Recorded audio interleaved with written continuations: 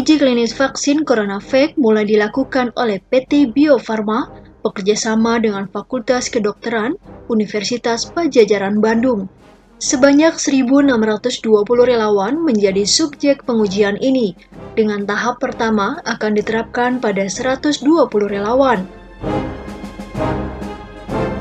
Ada sejumlah alasan Bio Farma menggandeng Sinovac sebagai mitra pengembangan vaksin COVID-19.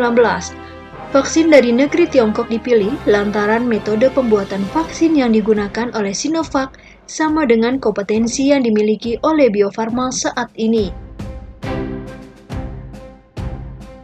Sinovac memiliki catatan jejak perusahaan dalam mengembangkan vaksin SARS dan flu babi pertama yang disetujui oleh dunia. Sinovac juga memiliki WHO Pre-Qualification untuk fasilitas produksi dan produknya seperti vaksin hepatitis A. Sinovac salah satu perusahaan di dunia yang paling maju dan tercepat dalam pengembangan vaksin corona COVID-19.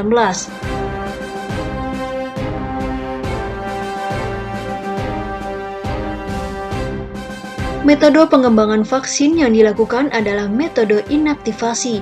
Dengan metode tersebut, Bio Farma sudah memiliki pengalaman dalam pembuatan vaksin seperti vaksin pertussis. Pada 11 Agustus lalu, Presiden Jokowi meninjau kesiapan dan fasilitas produksi Bio Farma.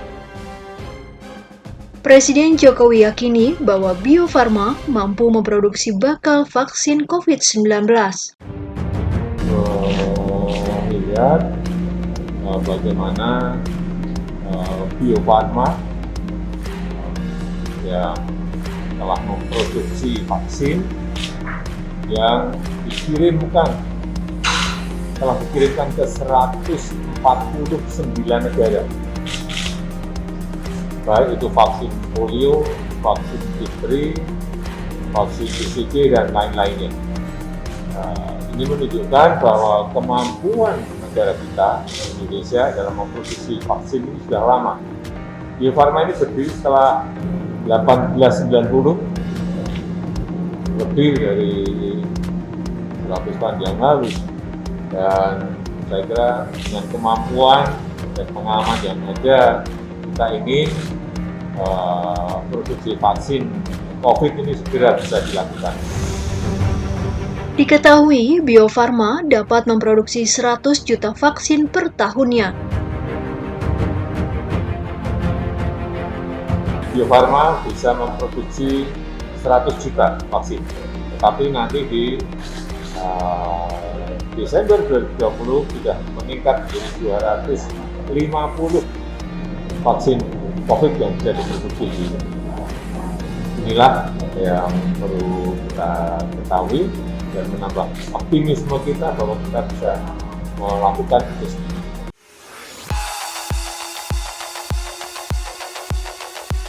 Bio Farma telah memainkan peran signifikan dalam upaya menyiapkan generasi Indonesia yang sehat dan bebas dari penyakit menular, sehingga menjadi generasi yang produktif dan siap bersaing secara global di masa mendatang.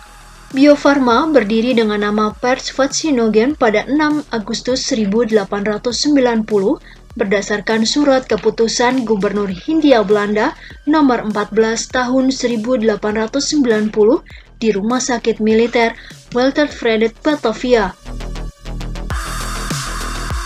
Saat ini, rumah sakit tersebut telah berubah fungsi menjadi Rumah Sakit Pusat Angkatan Darat Gatot Subroto.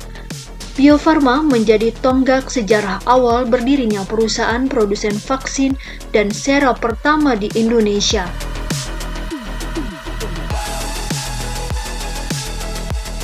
Perusahaan vaksin yang telah beroperasi lebih dari 120 tahun ini menjalani roda organisasinya di atas lahan seluas 91.000 meter persegi bertepat di Jalan Paster, Bandung. Area tersebut untuk fasilitas produksi, penelitian, pengembangan, pemasaran, dan administrasi. Sedangkan area seluas 282 meter persegi yang berlokasi di Cisarua, Lembang, Kabupaten Bandung digunakan sebagai perkembangbiakan dan pemeliharaan laboratorium.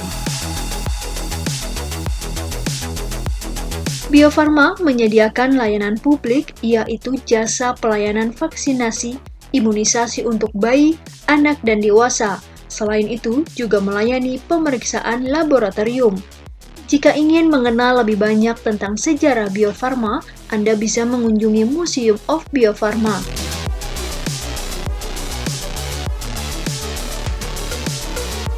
Museum ini menerapkan konsep interaktif museum di mana para pengunjung akan diberikan pengalaman baru saat mengunjungi museum, seperti adanya pop-up card di mana para pengunjung harus membuka kartu yang berisi foto tentang perkembangan pada saat masa sebelum dan sesudah ditemukannya vaksin.